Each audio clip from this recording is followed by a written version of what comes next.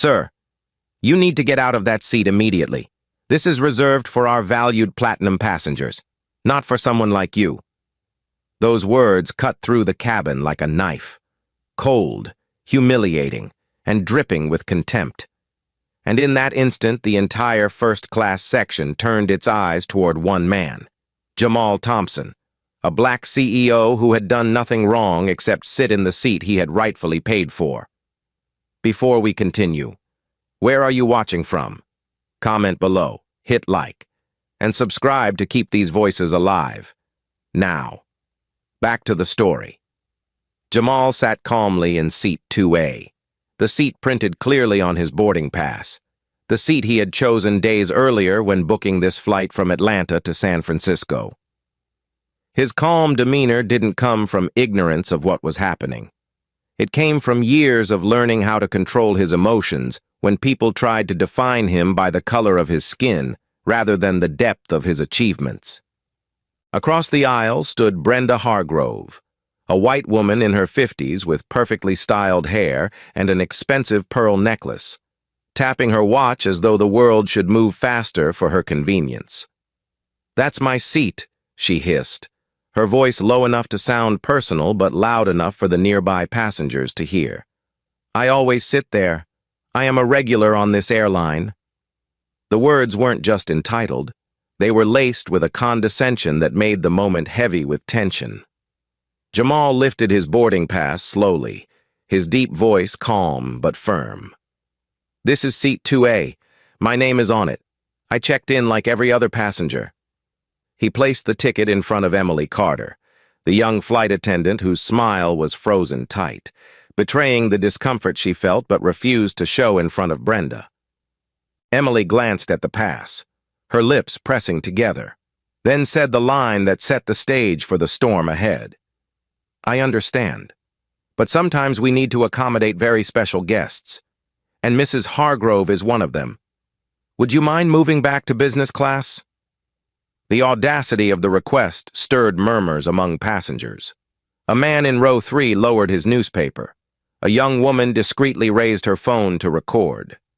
Jamal leaned back, exhaling slowly, remembering his father's voice from long ago, telling him, "Never let them take your dignity, no matter how they try." His father, a factory worker in Atlanta, had once been fired for speaking out against unfair treatment, and that wound had shaped Jamal into the man he became, a man who built a $3 billion tech empire dedicated to exposing and eliminating bias in customer service. But here he was, decades later, still being told he didn't belong in a seat he had earned with his money and his merit. Lena Brooks, a journalist sitting a few rows behind, noticed the shift in atmosphere. She had been sipping coffee, preparing notes for a story she planned to write about the Tech Equity Summit in San Francisco, but now she sensed something bigger unfolding right in front of her. She pulled out her phone, angled it discreetly, and pressed record. Brenda folded her arms, her smug expression daring Jamal to resist. "It's really not that hard," she said. "You can just move. People like me fly here all the time." Her phrasing, her tone, the way she looked him up and down, it was all coded language, the kind that sounded polite on the surface, but carried the weight of centuries of prejudice. Jamal smiled faintly, not out of amusement, but as a shield. "With respect, ma'am, I am exactly where I am supposed to be." Emily, caught between policy, bias, and pressure, glanced toward the curtain where Dylan Reeves, the cabin supervisor, had been observing. Dylan stepped forward, his voice heavier, authoritative. "Sir, we don't want to escalate this. Let's handle this quietly. Please gather your things." The tension climbed higher. The storm outside delaying the flight only mirrored the storm building inside. Jamal stayed rooted in his seat, his hands resting calmly on the armrest, his voice steady. "I will not move. I paid for this seat. I checked in properly, and I deserve the same respect as any other customer." Brenda let out a sharp laugh, the kind meant to humiliate, not entertain. Respect? Please, don't make this about race. It's just about priority. Some of us are regulars here. Her words hung in the air, dripping with irony, because everyone could see it was exactly about race, about perception, about who was seen as deserving and who was not. Passengers whispered, some shifting uncomfortably, others watching with quiet anticipation. Lena zoomed her camera slightly, capturing the expressions, the body language, the injustice that was unfolding. Dylan's jaw tightened, and his tone grew sharp. If you refuse to comply, we'll have to involve the captain. And that's when Jamal knew this was more than a misunderstanding. This was a test of his very identity. He thought back to his younger years, coding in a cramped apartment in Atlanta, dreaming of creating technology that could detect bias before it ruined someone's day, before it destroyed someone's chance. He thought of the countless hours, the sacrifices, the rejection letters, and finally the breakthrough that made Innovate AI Corp a global leader. Yet here, in the cabin of Apex Airways, none of that seemed to matter. Emily's face tightened with frustration. Brenda's smirk widened with confidence. Dylan's voice grew more insistent. Jamal remained still, but inside. He was already preparing. He knew who he was. He knew what he owned. And he knew this moment was about to change everything. Not just for him, but for everyone watching, everyone recording, everyone who would see the truth once the story spread far beyond this cabin. The cabin grew heavier as Dylan Reeves stepped closer. His uniform crisp, but his eyes betraying a mix of loyalty to his airline and the quiet desperation of a man drowning in personal debt. A man who had already accepted bribes in the past to bend rules for so-called regulars like Brenda Hargrove. And today he was about to cross that line again. Brenda slid her hand discreetly into her purse, the soft rustle of cash evident to Dylan, though carefully hidden from others. And with a nod, he accepted her unspoken offer. A deal struck in seconds that turned a professional into an accomplice. "Sir, last warning. Gather your belongings and follow me to business class," Dylan declared, his voice carrying the weight of authority he hoped would silence resistance. Jamal remained still, his deep voice calm but firm. "I am not moving. I have a right to this seat, and I will not be intimidated." The murmurs grew louder. A man in row 4 whispered, "This isn't right," while another shook his head, muttering, "Just let the lady sit. It's not worth the trouble." The divide among passengers mirrored the divide in society itself. Emily Carter looked nervously between Dylan and Brenda, her conscience wrestling with her financial struggles, the overdue bills waiting at home, the loan sharks who had been calling her phone. She told herself this was survival, not cruelty, yet each word she spoke tightened the rope around her integrity. "Sir, we are asking you politely, but you're making this difficult," she said. Her smile strained. Jamal leaned forward slightly, locking eyes with Dylan. "You are making it difficult, not me. I followed every rule, and yet I am the one being singled out. Why?"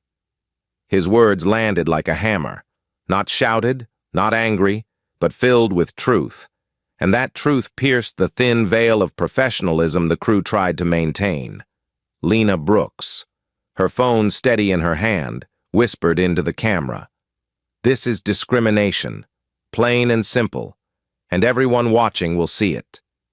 Dylan's patience snapped, and he reached toward Jamal's phone, trying to snatch it away.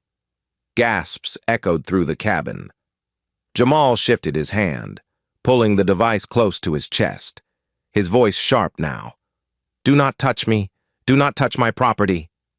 Brenda's laughter cut through the moment, sharp and cruel. "Oh, come on. Just remove him already. He's holding up the entire flight." Her entitlement dripped like venom, feeding Dylan's anger and Victor Hale's ambition, because at that very moment, Dylan had called for backup, and through the radio came the voice of Victor Hale, the senior airport manager, a man whose past was tangled with Brenda's in ways most people didn't know.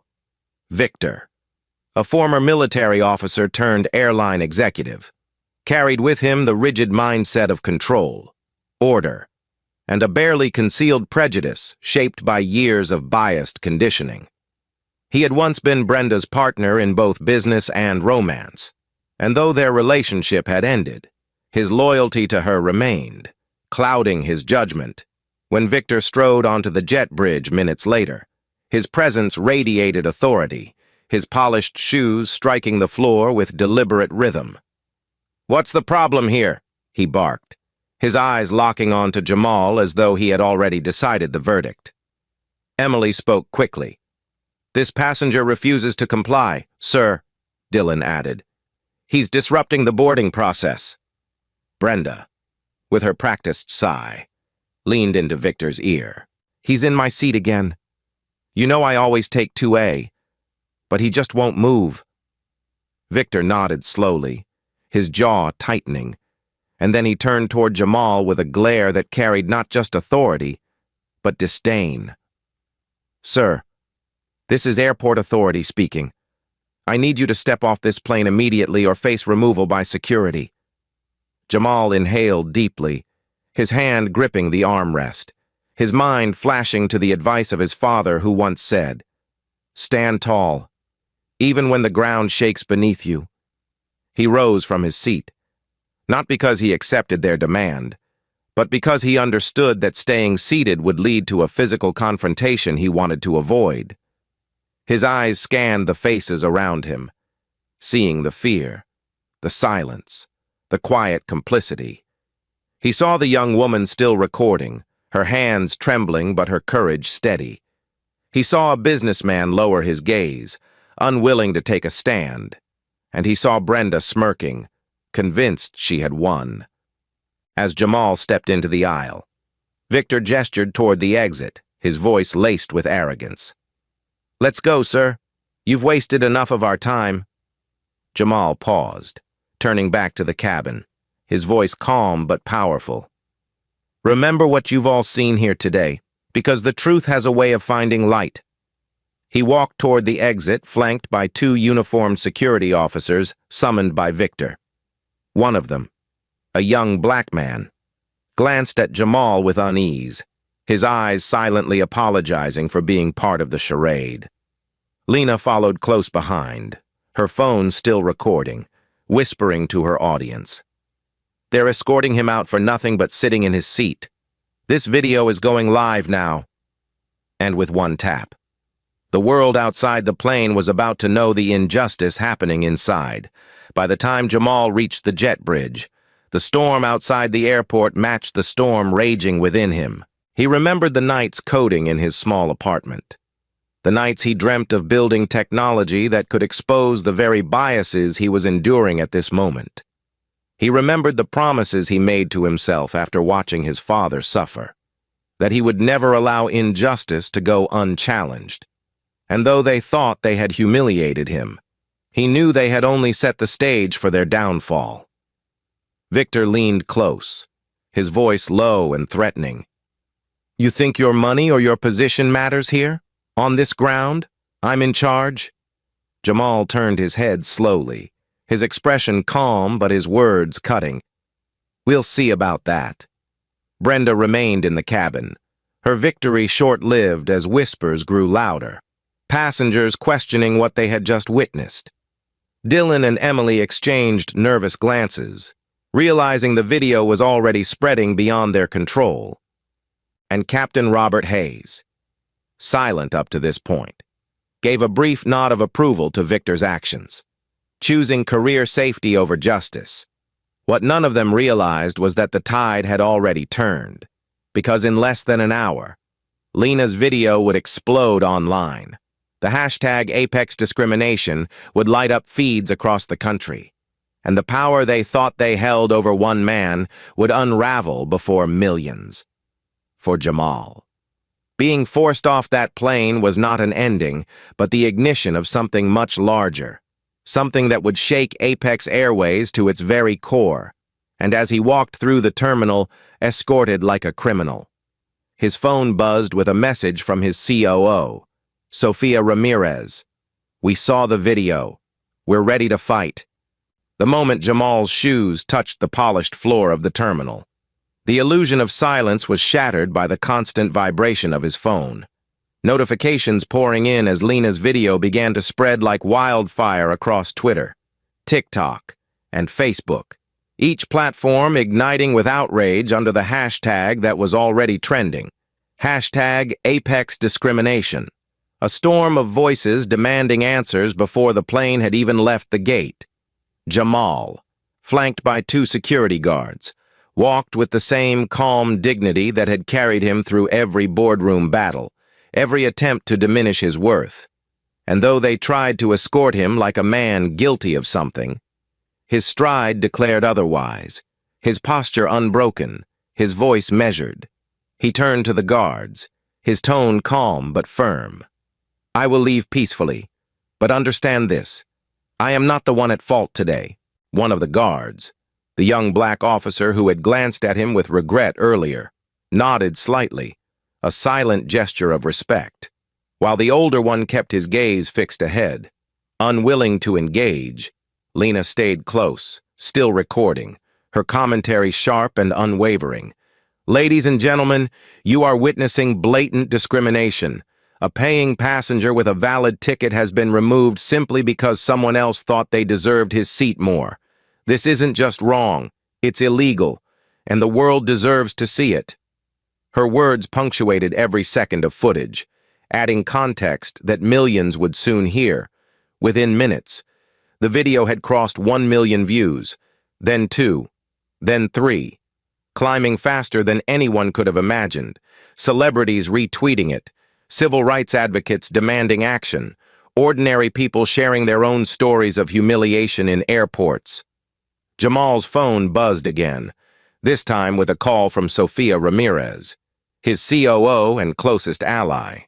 He answered, his voice steady. "I'm out of the cabin." Sofia didn't waste a second. "We've seen the video. Jamal, it's everywhere. I've already contacted our legal team, and we are preparing to file immediate action against Apex Airways.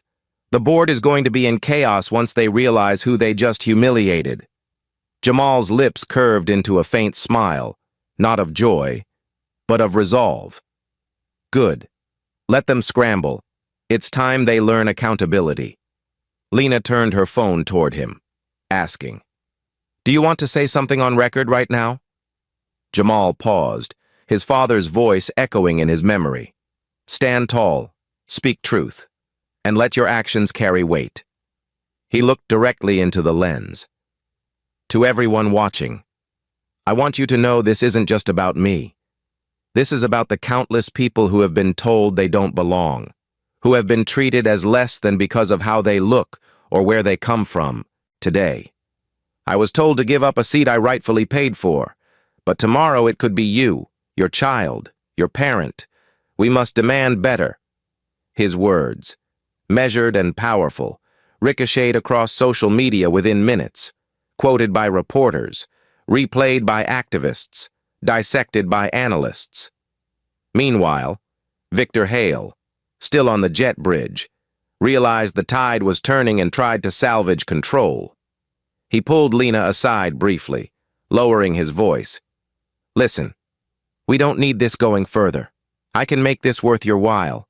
A freelance journalist like you could use a steady paycheck, maybe even some connections. Delete the video and we'll forget all of this ever happened." Lena didn't flinch, her phone still recording, capturing every syllable of his attempted bribe. "Are you trying to silence the truth with money, Mr. Hale?" Victor's eyes widened, realizing his mistake too late, as her words streamed live to thousands already tuned in. "I don't take bribes. I tell stories, and this one is already bigger than you." She stepped back, her hand steady, her voice louder now. "Ladies and gentlemen, you just heard it yourself. The manager tried to cover this up with money. That's not accountability. That's corruption." Within an hour, Major news outlets were calling it the scandal of the day. The footage replayed across CNN, MSNBC, and trending on YouTube. Jamal's calm image contrasted sharply with the arrogance of Brenda, the desperation of Dylan, the cold compliance of Emily, and now the corruption of Victor. Meanwhile, inside the first-class cabin, Brenda sat smugly in seat 2A, sipping champagne. Unaware that her name was about to become synonymous with entitlement, passengers whispered, some condemning her, others quietly agreeing. But the truth was already beyond her reach. Jamal walked to a quiet corner of the terminal with Lena and the security guards, finally free of their escort, and checked his watch. The storm in Atlanta delayed flights for hours, but the real storm was already unleashed. Sophia called again, this time with urgency. Jamal, listen carefully. We've got leverage. They don't know it yet, but you own 28% of Apex Airways. That makes you the largest individual shareholder. You also have a $60 million contract on the table that they desperately need to survive the quarter. This isn't just about public outrage anymore. It's about their financial survival. You hold the cards. Jamal nodded slowly, his eyes narrowing. Then it's time to play them. His phone buzzed again, this time with messages from friends, allies, even strangers thanking him for standing up. One read, "My father was thrown off a flight years ago. Thank you for speaking for us," another said. "Watching you gives me hope." Jamal felt the weight of those voices, each one adding to his resolve. He turned to Lena. "This isn't just my fight anymore. It belongs to all of them, too." Meanwhile, Victor paced inside a back office, his mind racing. He called Brenda, his voice sharp. "You better be ready. This is spiraling out of control." Brenda laughed lightly, still believing she held the upper hand. "Victor, please, it's just a video. These things come and go. They'll forget about it by tomorrow." Victor slammed his fist on the desk. "You don't understand. Brenda, the man you humiliated isn't just anyone. He's Jamal Thompson. He's the CEO of Innovate AI, a billionaire, and he owns nearly a third of this airline. We've picked the wrong fight." Brenda's smile faded as the reality sank in, her glass trembling slightly in her hand. Back in the terminal, Jamal opened his laptop, connecting to Sophia and his legal team over video call. "We're moving now," he instructed. "Prepare a statement, notify the shareholders, and draft demands. They will fire every single person involved, and they will overhaul their system, or I will take my stake and walk away. And when I walk, the company collapses." The team nodded, their faces filled with determination. Lena continued to broadcast live, narrating every move. "You're watching history unfold. A man who was humiliated moments ago is about to change the future of an entire airline." By evening, Jamal's name trended worldwide. His calm defiance hailed as courage, his words quoted in headlines. Apex Airways issued a vague statement calling the incident regrettable. But it was too little, too late. Investors were panicking, stock prices falling, and reporters were digging into every corner of the company. Jamal leaned back in his chair, his father's voice steady in his heart. "Don't let them define you." And with that, he knew part one of the battle was over. The next would take place not in the cabin, but in the boardroom, where power, money, and justice would collide. In San Francisco, the glass towers of Apex Airways headquarters gleamed under the morning light, but inside the executive floor, the atmosphere was anything but bright.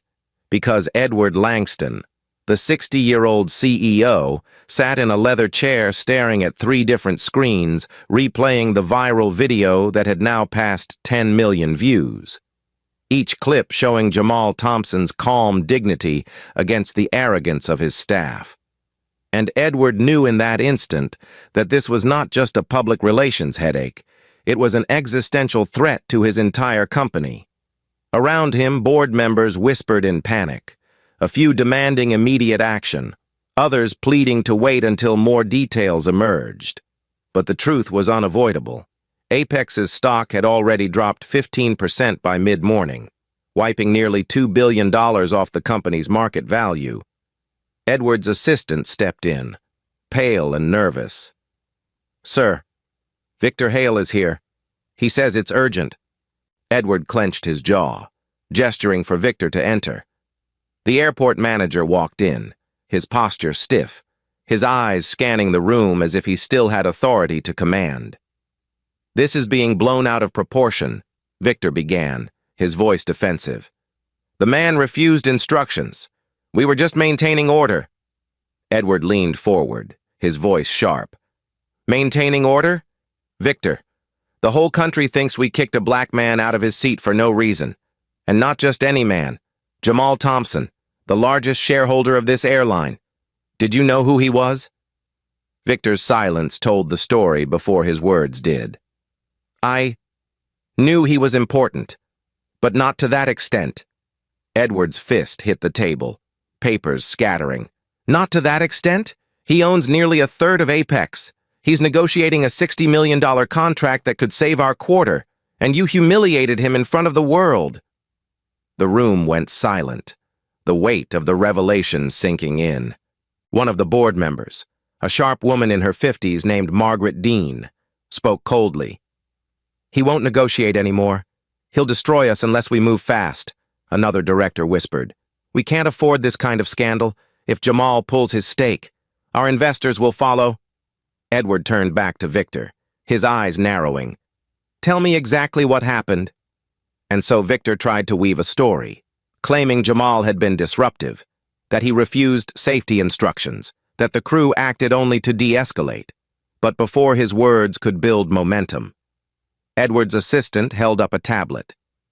"Sir, another video just surfaced." On the screen played Lena's recording of Victor offering her a bribe, his voice captured with chilling clarity.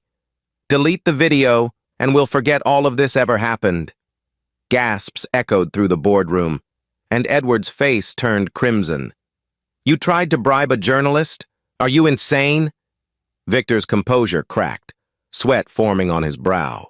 "I was trying to protect the company," Edward's voice cut him down. "No, you were trying to protect yourself and Brenda Hargrove. Yes, we know about your history with her. You compromised your position and dragged this airline into hell," Victor stammered. "She's a loyal customer, I thought." But Edward slammed the table again. "She is nothing compared to the shareholder you just humiliated." The board erupted in overlapping voices, some calling for immediate firings, others arguing about legal exposure. But the decision was already being forced by the outside world. On CNN, Lena Brooks appeared live, her calm voice narrating the story, the footage playing behind her. "This is not just about one man in one seat," she said. "This is about a culture that allows bias to flourish unchecked. And today, Apex Airways is being forced to reckon with it." Across social media, hashtags multiplied, celebrities and politicians weighing in, civil rights organizations threatening boycotts. Meanwhile, in a quiet office across town, Jamal hosted a Zoom call with dozens of shareholders, his image calm but resolute. "You've all seen the video," he said, his deep voice filling the digital room. "And you know what it means. Apex cannot continue on this path. Either we demand accountability and rebuild this company on principles of fairness, or we allow it to collapse under the weight of its own corruption." Faces appeared on the screen, nodding, murmuring agreement. One shareholder asked bluntly, "What do you want, Jamal?" And Jamal answered without hesitation. "Every person involved must be fired. Brenda Hargrove must be banned from flying with this airline for life. Apex must implement mandatory anti-bias training across all departments within 30 days, and a public apology must be issued immediately. If not, I will withdraw my stake and pursue legal action that will cripple this company." His words were not threats. They were facts, and everyone knew it. Back at headquarters, Edward received the report of Jamal's demands. He leaned back, rubbing his temples, realizing he had no choice. We either give him what he wants or we lose everything, he muttered. A board member asked quietly. Can we negotiate? Edward shook his head. Not with Jamal Thompson. He doesn't bluff. Just then, Brenda Hargrove appeared on the news, her face smug, giving a statement outside her gated home. This is all being exaggerated, she told reporters. I didn't ask for anything more than what I deserved. I'm a loyal passenger, and I should be treated with respect. Her words poured gasoline on the fire. The clip replayed online with captions like "Privilege on Display" and "The Face of Entitlement." Sponsors began pulling ads from Apex. Travel bloggers urged boycotts, and customers flooded call centers canceling tickets. Edward felt the walls closing in, his decades of work unraveling in hours. He turned back to Victor, who was now slumped in his chair, defeated. You've doomed us all, Edward said quietly. Pack your things. But Victor, in a final act of desperation, pulled out a printed document. Wait, he insisted. I have evidence that Jamal was the one causing disruption. An email from a passenger complaining about his behavior. Edward snatched the paper, scanning it, his eyes narrowing. This is fake. The timestamp doesn't even match the flight. Did you really think this would save you? Victor's silence was confirmation enough. Edward stood, his voice echoing with finality. You're finished. Dylan Reeves, Emily Carter, Captain Hayes, everyone involved will be terminated. If we have any chance of saving this company, we have to start with accountability. Outside the glass walls of the boardroom, the city moved on, unaware of the decisions being made inside.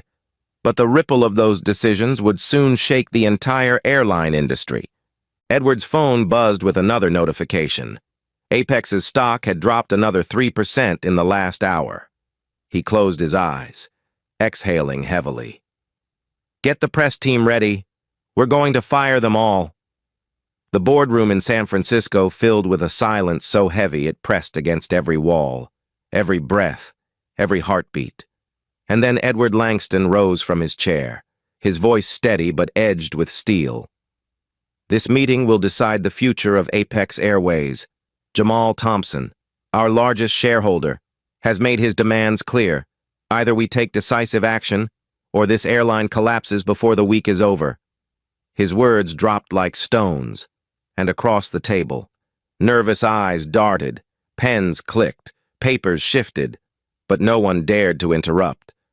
The double doors opened and Jamal himself entered, his tall frame commanding instant attention, his calm composure silencing even the whispers. He took his seat at the head of the table as though it had always been his, not waiting for permission, because his authority was no longer in question. Lena Brooks sat quietly behind him, her phone recording discreetly, prepared to document every word. Edward cleared his throat. Mr. Thompson, we are prepared to discuss remedies. Jamal leaned forward, his gaze sweeping across the room. There is nothing to discuss. I am not here to negotiate. I am here to set terms. Emily Carter, Dylan Reeves, Captain Robert Hayes, and Victor Hale must be fired immediately. Their names must be on a press release before the day ends, and Brenda Hargrove must be permanently banned from flying with this airline. Murmurs erupted, but Jamal's raised hand silenced them. You saw the videos, you saw the bribe attempt, you saw the humiliation. If you think this company can survive with these people still on payroll, you are delusional. Victor, pale and sweating, slammed his fist on the table. This is outrageous. You can't destroy careers because of one misunderstanding. I've given 20 years to this company. Jamal turned his head slowly, his voice cutting through the air like a blade. You destroyed your own career when you tried to bribe a journalist and forge evidence. Integrity is not negotiable. Emily Carter began to cry softly, her voice trembling. Please, I didn't mean to hurt anyone. I was under pressure. I have debts. I made a mistake. Dylan Reeves, seated beside her, exploded in anger. Don't beg him. Emily, he doesn't care. This is all about power. He's just showing off because he owns stock. Jamal remained calm, but his words struck deep. This isn't about power. It's about accountability. You treated me as less than, not because of policy, not because of safety, but because of prejudice and greed. And if you can do it to me, a man with resources, imagine what you do to those with no voice at all. The weight of his words silenced even Dillon. Captain Hayes, who had remained quiet all this time, finally spoke, his voice weary. I just wanted to avoid conflict. I didn't support the decision, but I didn't stop it either. I've been a pilot for 30 years, and I didn't want to lose everything I've built. Jamal looked at him. His expression softened, but only slightly. Silence in the face of injustice is complicity. Captain, you of all people should know leadership means more than flying a plane. It means standing up when it matters. Hayes lowered his gaze, shame washing over him. Edward tapped the table sharply. Enough. Mr. Thompson, we accept your demands. Victor Hale, you are hereby terminated effective immediately. Dillon Reeves, Emily Carter, Captain Hayes, you are dismissed from duty as of this moment. Security will escort you out after this meeting. Victor shot to his feet, pointing at Jamal. You'll regret this. I'll sue. I'll drag this company and you through court until you beg me to stop. Jamal didn't flinch. Go ahead. The evidence is already public. Every lie you tell will only bury you deeper. Dillon cursed under his breath, storming out of the room. Emily sobbed, clutching her handbag, whispering apologies no one acknowledged. Captain Hayes rose slowly, gave Jamal a respectful nod, and left without a word, his career ending in silence. Victor remained defiant until two guards entered, placing hands on his shoulders, and for the first time his bravado cracked as they led him away. The boardroom exhaled collectively, the storm finally breaking. Jamal leaned back, his voice softer now. I don't take joy in this. Firing people is never a victory, but injustice left unchecked will destroy everything you've built. I'm not asking for punishment alone. I am offering a path forward. He placed a folder on the table, sliding it toward Edward. This is my proposal. Mandatory anti-bias training for every employee, from the boardroom to the baggage handlers. A new division dedicated to equity and customer service, monitored by independent auditors, and a partnership with Innovate AI to deploy technology that detects discriminatory patterns before they happen. This is how you save Apex. The board members leaned in, scanning the proposal. Some nodded quickly, others hesitated, but none could deny the necessity. Edward, weary but resolute, nodded. We will adopt this plan, and we will release a statement today. Jamal's voice grew firm again. Not just a statement, a public apology, delivered live, with my presence, acknowledging the failure and the commitment to change. Anything less will be dismissed as spin. Edward exhaled, defeated but grateful for direction. Agreed. Lena lowered her phone, whispering. History is being written here. Jamal turned to her, a faint smile on his lips. Not history, justice. And as the meeting adjourned, the staff once considered untouchable were escorted out into the daylight, stripped of their titles, their arrogance replaced by consequences. Outside the headquarters, reporters gathered, cameras flashing, microphones thrust forward.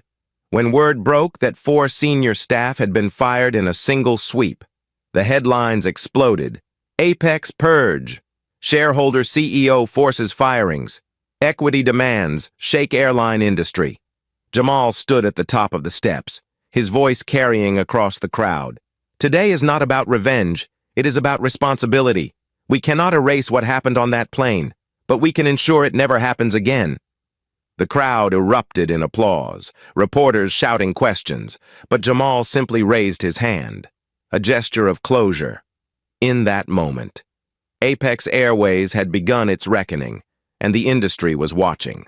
The next 72 hours became something no airline in America had ever attempted, because Jamal Thompson insisted that Apex Airways ground its entire fleet to conduct emergency anti-bias training, a move that shocked the industry, rattled Wall Street, and brought cameras swarming to every major airport.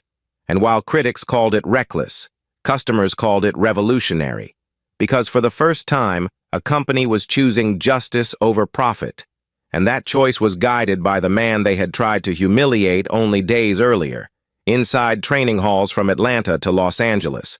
Thousands of employees sat in rows, watching videos of the incident, hearing Jamal's voice explain why bias destroys trust, why silence equals complicity, why fairness is not optional, and while some crossed their arms defensively, many lowered their heads in shame, realizing how easily they could have been part of the same injustice. Emily Carter sat in the front row of one session, no longer wearing her crisp uniform, just a plain sweater, her eyes swollen from nights of regret, and when the trainer asked volunteers to share, she stood trembling, her voice breaking. I thought I was protecting my job when I asked him to move, but the truth is, I was protecting Brenda's privilege. I chose fear over integrity, and I will regret it for the rest of my life. The room was silent, some employees shifting uncomfortably, others nodding with sympathy. And when the session ended, Emily stayed behind, signing up for Jamal's new program called Second Chance, a path designed not to punish, but to rehabilitate those who had failed. Dylan Reeves entered the program too, though his anger burned hot at first. During one session, he slammed his notebook down, muttering, "This is just a show. They don't care about us. They just care about their image." But the facilitator pressed him gently. "Or maybe this is about giving you a chance to see beyond yourself. Why did you take Brenda's money?" "Dylan?" He hesitated, his voice cracking for the first time. "Because I couldn't pay my daughter's medical bills. Because I felt powerless. And when she offered cash, I told myself it was just helping family. But it wasn't. It was selling my integrity." Slowly. The walls around him began to crack. Captain Hayes attended reluctantly, sitting in the back, his arms folded tight. But when a young flight attendant asked him directly, "Why didn't you stop it?"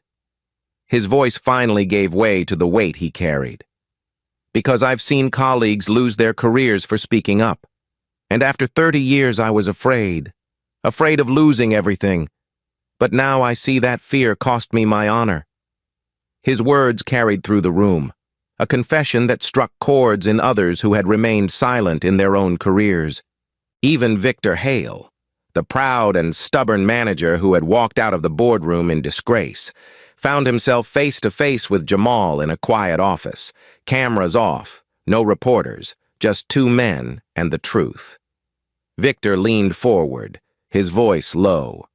"I hated you the moment I saw you in that seat, not because of who you were, but because you reminded me of every man I envied, every man who succeeded where I failed. I told myself it was about order, but it was about resentment. You owned what I could never build." Jamal didn't flinch. Bias often hides behind uniforms, rules, excuses, but at its core it's fear, anger, resentment. The question is, what will you do with that now? Victor's eyes welled, his military composure finally breaking. "I don't know," he admitted. Jamal extended a hand. "Then start here. Teach others not to make your mistake. Join Second Chance. Not because you deserve it, but because others need to learn from your failure for the first time in years." Victor nodded humbly, shaking the hand of the man he had once despised. Outside the training halls, the consequences rippled wider. Brenda Hargrove, once proud of her entitlement, now faced a wave of cancellations from business partners who no longer wanted her name tied to theirs. And under pressure, she issued a public apology, her voice hollow but necessary. "I let my privilege blind me. "And I am truly sorry," she said. But the internet was not quick to forgive. Memes of her smirk flooding timelines, her name forever tied to arrogance. Meanwhile, Lena Brooks stood beside Jamal at press conferences. No longer just a reporter, but now a consultant hired by Apex to oversee transparency and reforms. Her voice carried strength as she told audiences, "This isn't about one viral video. This is about rewriting the culture of an entire industry." Jamal launched the Equity Flight Initiative, a program that provided legal aid and compensation funds to victims of discrimination in travel, with Apex contributing $75 million to start, and other airlines soon pressured to match. Every day, new stories poured in, from passengers wrongfully profiled at check-in to employees silenced for speaking out. And for the first time, there was a platform that listened. Critics on talk shows sneered, saying Jamal was exploiting the scandal, but customers flooded Apex with messages of support, many rebooking tickets simply because they wanted to fly with a company that was trying to change in boardrooms. Edward Langston worked tirelessly with Jamal, a humbled man now, his hair seeming grayer by the week, but his resolve stronger. "You saved this company," he told Jamal one evening. "Not with money, but with conviction." Jamal only shook his head. "I didn't save it. The people who demanded better did. I just listened." For the fired employees in the Second Chance program, the journey was painful but real. Emily volunteered at shelters in her spare time. Dylan began teaching workshops on ethical decision-making. Hayes mentored young pilots about leadership beyond the cockpit. And Victor, surprisingly, became one of the most powerful voices in the program, telling raw stories about his prejudice and how it ruined his career. Stories that made trainees lean forward in stunned silence. Slowly, redemption took shape. And yet Jamal carried no illusions. He knew the fight was not finished. He knew one initiative could not erase centuries of bias. But he also knew this was the beginning of something larger. As the 72-hour training ended and flights resumed, the world watched as Apex Airways rebranded itself not just as an airline, but as a symbol of transformation. And in that moment, Jamal realized something profound. The seat they tried to take from him had become more than a seat. It had become a platform, a pulpit, a place where justice could finally take flight. 6 months later, the storm that had once threatened to bury Apex Airways had become the very wind lifting it higher. Because under Jamal Thompson's leadership, the airline was no longer just a company, but a case study in redemption. Its revenues up 15%, its customer satisfaction at an all-time high, and its name spoken in boardrooms not as a cautionary tale, but as a model of change. And at the center of it all stood the man who had once been humiliated for simply sitting in seat 2A in San Francisco. The Equity Flight Initiative had grown into a global platform, supporting travelers and employees who had suffered discrimination, providing compensation, legal assistance, and advocacy. And Jamal often reminded his team, "We're not just fixing flights, we're fixing lives." At a press conference filled with flashing cameras, he stood alongside Lena Brooks, now Director of Equity Communications for Apex, and Sofia Ramirez, his trusted COO, announcing the expansion of the program to Europe and Asia. Reporters asked about profits, logistics, competition. But Jamal returned again and again to the same message. Justice is not a line item, it's a foundation. Meanwhile, the Second Chance program, once controversial, had become a cornerstone of Apex's rebranding, because the very people once fired in shame now stood as living examples of what accountability and growth could mean. Emily Carter spoke at conferences about the danger of compromising integrity, her voice steady as she said, "I was the one who asked him to move. I thought I was protecting my job, but I was betraying my values. Thanks to this program, I have learned to face my failures and rebuild with honesty." Dylan Reeves, who had once exploded in anger, now taught leadership workshops where he admitted openly, "I took money to betray fairness, and I almost lost my family because of it. The only way forward was to own my choices and teach others not to repeat them." Captain Hayes mentored young pilots, reminding them that silence is not neutrality, but complicity. And the most surprising transformation of all was Victor Hale, the man who once tried to cover up the scandal with lies and bribes, now standing before groups of trainees saying, "I let bias define my choices, and it cost me everything. Don't make my mistake. Face your prejudice, because if you don't, it will destroy you and everyone around you." Audiences listened because his regret was real, and his vulnerability gave weight to his words. Even Brenda Hargrove, once the face of entitlement, had been forced into her own reckoning, her business deals crumbling after the scandal, her name dragged across headlines, and while she would never be welcomed back to Apex, she found a form of atonement by funding scholarships for underprivileged youth. A gesture that many doubted at first, but slowly grew into genuine work that earned cautious respect. For Jamal, the personal victories were quieter but deeper. He visited his father's grave in Atlanta, the same man whose job loss decades earlier had planted the seed of his mission. And as he stood with flowers in his hand, he whispered, "They tried to take my seat, Dad, but they couldn't take my dignity.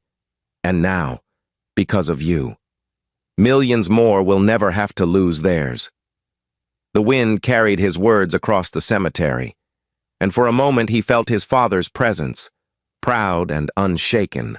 Later that week, he walked through a bustling terminal where Apex now displayed bold signs reading "Equity in Action," where diverse staff greeted passengers with warmth, where AI-driven systems monitored service for fairness, and where customers approached him just to say thank you. A mother with 2 children hugged him, tears in her eyes. "Because of you, my son believes he can fly without fear." A young employee shook his hand, saying, "I almost quit after years of harassment, but now I feel seen." Jamal carried those voices with him, more valuable than stock prices or headlines. Yet he also knew the fight was bigger than one airline. He testified before Congress, calling for federal standards on anti-bias protocols in aviation, his deep voice echoing through the chamber. "The sky belongs to all of us," he declared. "And no passenger, no employee, no citizen should be told they don't belong in a seat they've rightfully earned." Applause erupted, and soon legislation began to take shape. Inspired by what had started as one humiliating incident in a first-class cabin, in quieter moments, Jamal met with Lena and Sophia at his San Francisco office, overlooking the bay, reflecting on how far they had come. Lena smiled, shaking her head. "It's wild to think it started with me holding up my phone," Sophia added, "and with you refusing to move from 2A. Jamal chuckled softly, then grew serious. "No, it started long before that. It started with every person who was told they didn't belong. We just finally had the chance to show the world."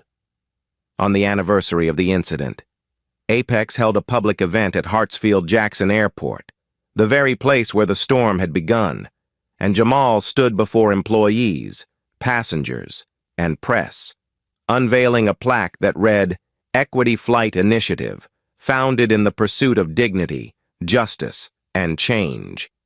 His speech was short but powerful. "This plaque isn't for me. It's for every traveler who was silenced, every worker who was overlooked, every child who was told they couldn't dream. Today, we commit again to making the sky fair for all." The crowd erupted in applause, some wiping away tears, and as the cameras captured the moment, Jamal knew the message had landed. Justice was not about punishment alone, but about progress. Forgiveness had made room for redemption. Accountability had given birth to transformation, and a single stolen seat had become the spark for an industry-wide movement. As the event closed, a young boy tugged on Jamal's sleeve, his eyes wide with admiration. Mister, I want to be like you when I grow up. Jamal knelt, smiling warmly. Be better than me. Son, start by standing for what's right, even when it's hard. The boy nodded, his mother beaming beside him.